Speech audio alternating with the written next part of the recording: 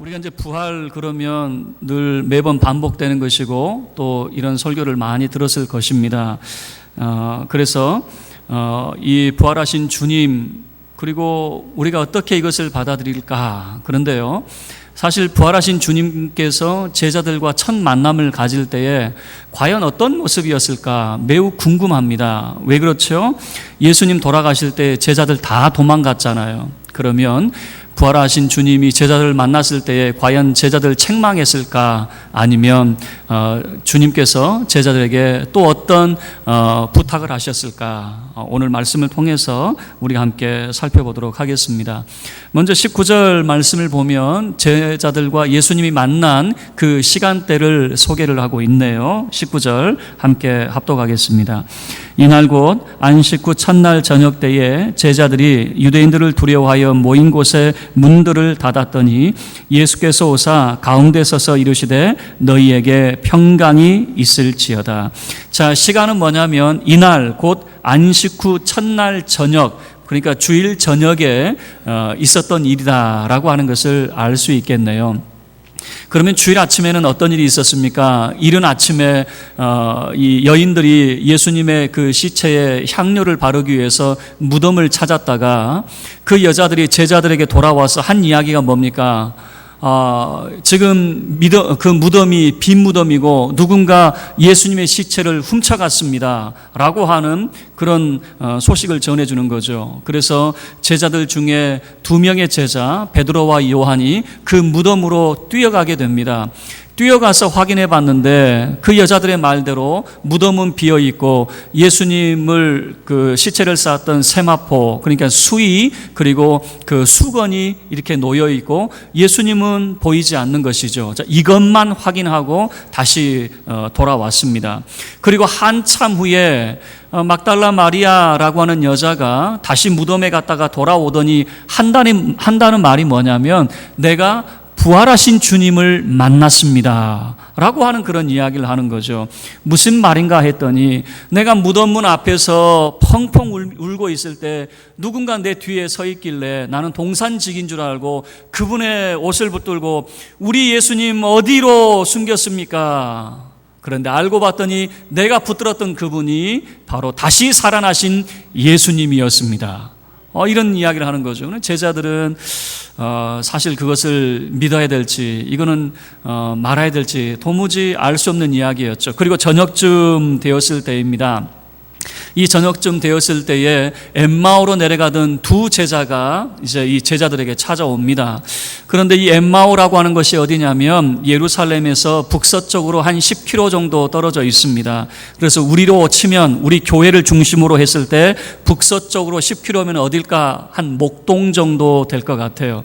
그러니까 엠마오로 2 제자가 내려가다가 자기들끼리 무슨 이야기 했냐면 참 별스러운 소식을 다 들었다. 그 여자들이 예수님이 부활하셨다고 하는데 도대체 이게 정신이 있는 소리인지 정신이 없는 소리인지 그들끼리 이야기하고 있을 때 불현듯 어떤 사람이 다가오는 거예요. 그러더니 그들에게 한다는 말이 뭐냐면 지금 당신들 무슨 이야기하고 있는지 좀 내게 알려주십시오 라고 하는 거죠.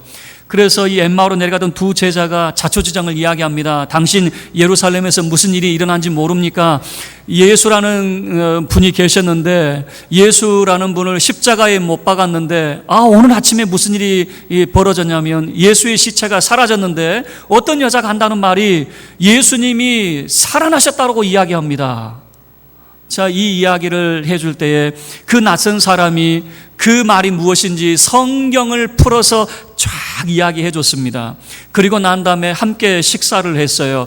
식사를 할 때 이 2 제자의 눈이 확 띄어졌어요.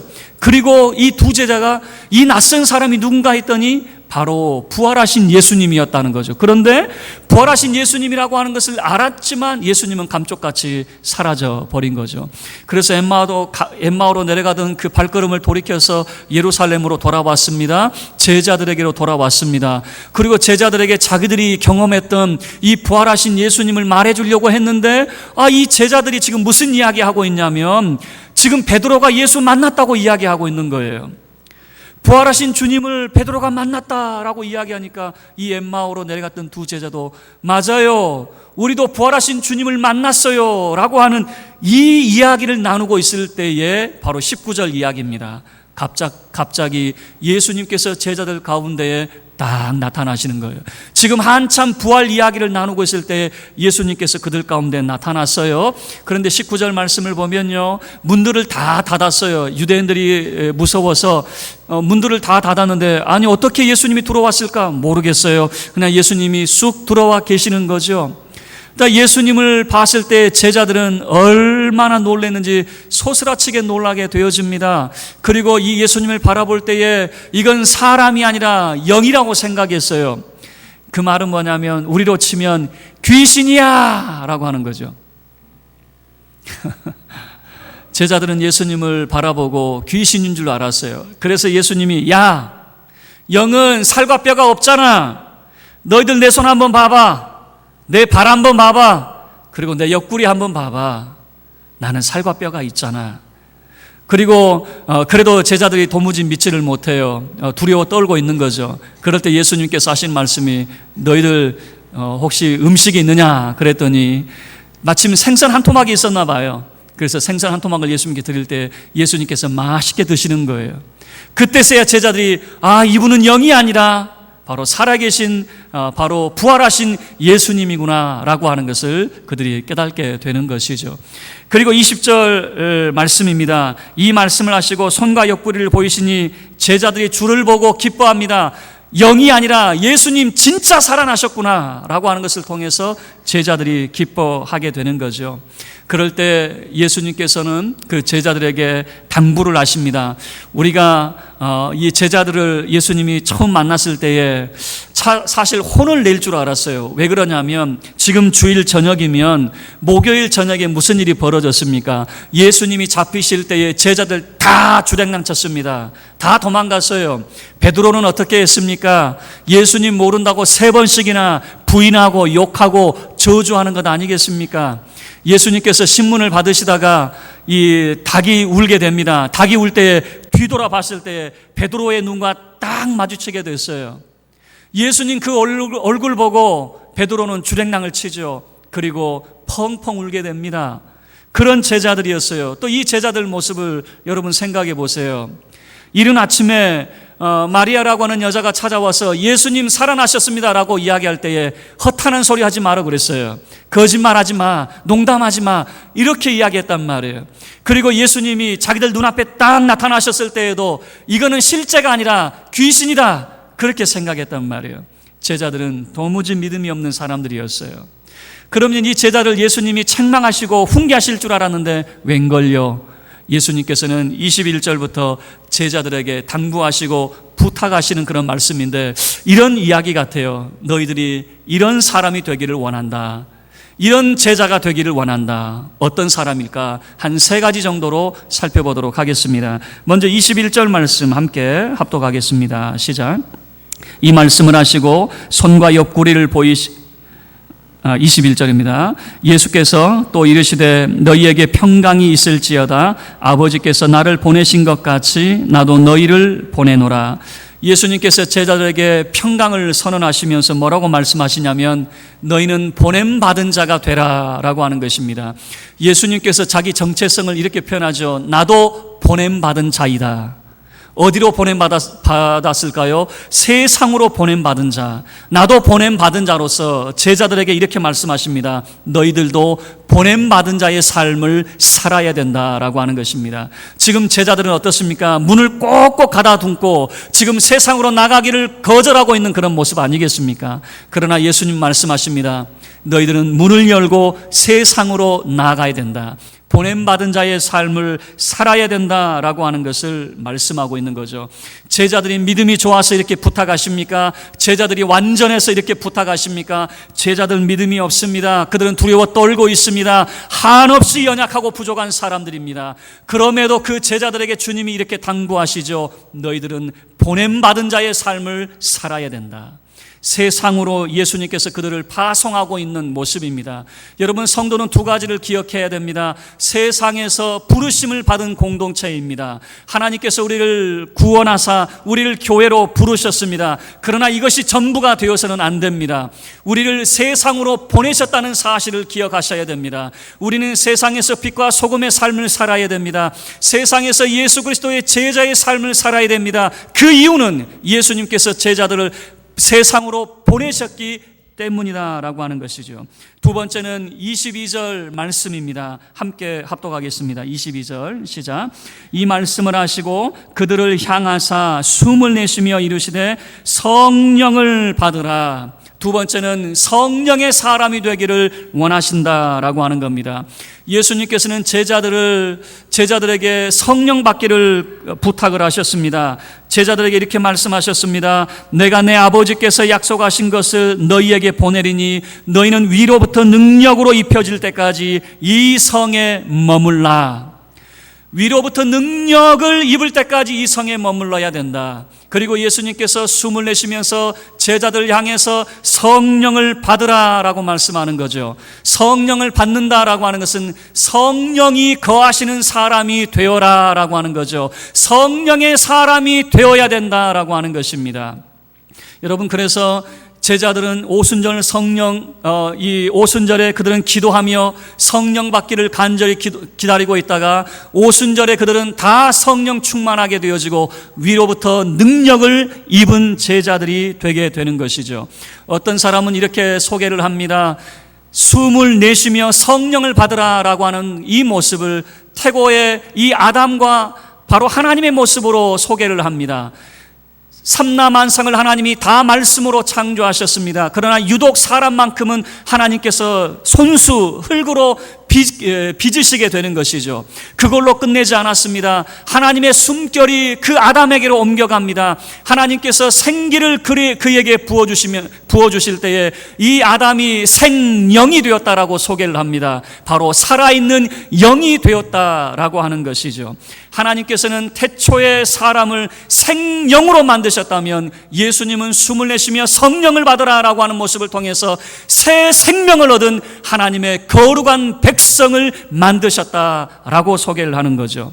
여러분, 그래서 예수 믿는 사람은 성령을 받아도 되고 안 받아도 되고가 아닙니다. 다 성령의 사람이 되어야 됩니다. 이 자리에 계신 모든 성도 여러분, 성령의 사람이 되기를 주의 이름으로 축원합니다. 세 번째입니다.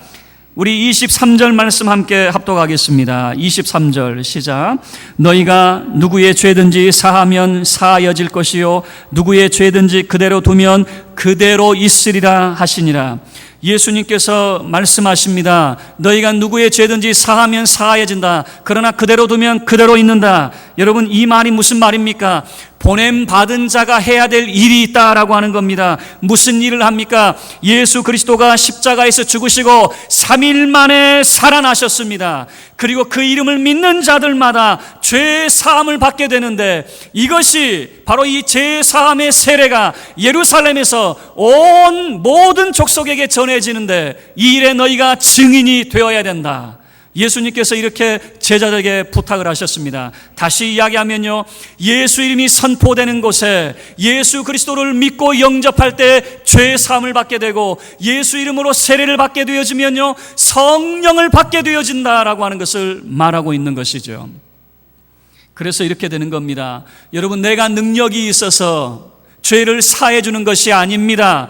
예수 그 이름에 능력이 있는 것입니다. 예수 그 이름에 죄 사함의 권세가 있다라고 하는 것입니다. 그래서 제자들에게 이렇게 말하는 겁니다. 은혜 받은 자에게 책임이 있다라고 하는 겁니다. 은혜 받은 자에게 무슨 책임이 있습니까? 하나님의 사랑을 받은 자에게 책임이 있는데 무슨 책임이 있느냐? 바로 예수 그리스도의 복음을 전해야 될 책임이 있다라고 하는 것을 보여주는 것이죠. 왜요? 내가 잠잠하면 세상은 죄 가운데 망하게 되어져 있습니다. 우리는 입술을 벌려 예수 그리스도를 선포해야 된다라고 하는 거죠. 우리의 죄를 위해서 십자가에서 죽으셨을 뿐만 아니라 우리에게 새 생명을 주기 위해서 예수 그리스도께서 3일 만에 다시 살아나셨습니다. 누구든지 예수 그리스도를 믿기만 하면 죄 사함을 받게 되어집니다. 하나님의 자녀가 되게 되어집니다. 여러분, 이것을 우리가 선포해야 될 것입니다. 은혜 받은 자의 책임이라면 바로 예수 그리스도의 그 이름의 권세를 선포하는 것입니다. 말씀을 마치도록 하겠습니다. 부활하신 주님과 제자들의 첫 만남에 대해서 우리가 살펴보았습니다. 예수님께서 불과 3일 전에 예수님을 모른다고 그리고 다 도망갔던 이 제자들 혼내실 줄 알았어요. 그러나 오히려 예수님께서는 그들을 격려하고 그들을 응원하는 그런 모습을 보여주고 있습니다. 그리고 그들에게 부탁합니다. 나는 너희가 이런 사람이 되기를 원한다. 어떤 사람이 되기를 원합니까? 첫째로 너희들은 보냄받은 자의 사람이 되기를 원한다. 두 번째는 성령 받은 자가 되기를 원한다. 세 번째는 너희들이 복음을 전파하는 자가 되기를 원한다. 예수님께서는 제자들에게 이런 부탁의 말씀을 하게 되는 거죠. 그런데 이런 의문이 들게 됩니다. 과연 여러분은 제자입니까? 여러분 한번 제 질문에 답변을 해보시길 바랍니다. 여러분 예수님의 제자입니까? 제자라고 하는 의식을 가지고 살고 계십니까? 그런데 많은 분들이 나는 예수님의 제자가 아니라고 말하더라고요. 나같이 못난 사람이, 나같이 무지한 사람이, 나같이 어리석은 사람이 어떻게 예수님의 제자가 될 수 있습니까? 예수님의 제자들도 믿음 없었어요. 예수님의 제자들도 형편 없었어요. 그러나 예수님이 그들에게 찾아가시는 겁니다. 그리고 그들에게 부탁하시는 겁니다. 이런 사람이 되어달라고 부탁하시는 거죠. 여러분, 예수님의 제자가 되기를 바랍니다. 부활하신 주님이 찾아가셔서 여러분을 만나주시는 예수님의 제자가 되기를 원합니다. 우리는 늘 예수님께 이렇게 해주세요, 저렇게 해주세요 요청만 합니다. 그런데 부활하신 주님이 우리에게 무엇을 부탁하고 계시는지 거기에는 도무지 관심이 없는 것 같아요. 내 사정 알아달라고 그렇게 주님을 우리가 찾고 있지만 주님이 나에게 무엇을 원하고 계시는지는 관심이 없는 것 같아요. 부활하신 주님이 제자들을 처음 만나서 무엇을 부탁하고 있습니까? 너희들 세상으로 내가 파송한다라고 말씀을 하고 있잖아요. 너희들 성령의 사람이 되어야 된다라고 말씀하고 있잖아요. 너희들 다 복음의 전파자가 되어야 된다라고 말씀하고 있잖아요. 여러분, 부활하신 주님이 여러분에게 찾아와서 이 부탁을 하신다면 여러분은 어떻게 하실 겁니까? 내가 너를 보내노니 너는 성령을 받고 죄 사함의 복음을 전파해라. 여러분 어떻게 응답하시겠습니까? 예수님의 이 부탁을 들어주시겠습니까? 보냄받은 자로, 성령을 받은 자로, 복음의 전파자로 살아가는 부활하신 주님을 만나는 예수 그리스도의 참 제자가 되어지기를 주의 이름으로 축원합니다. 이 시간 우리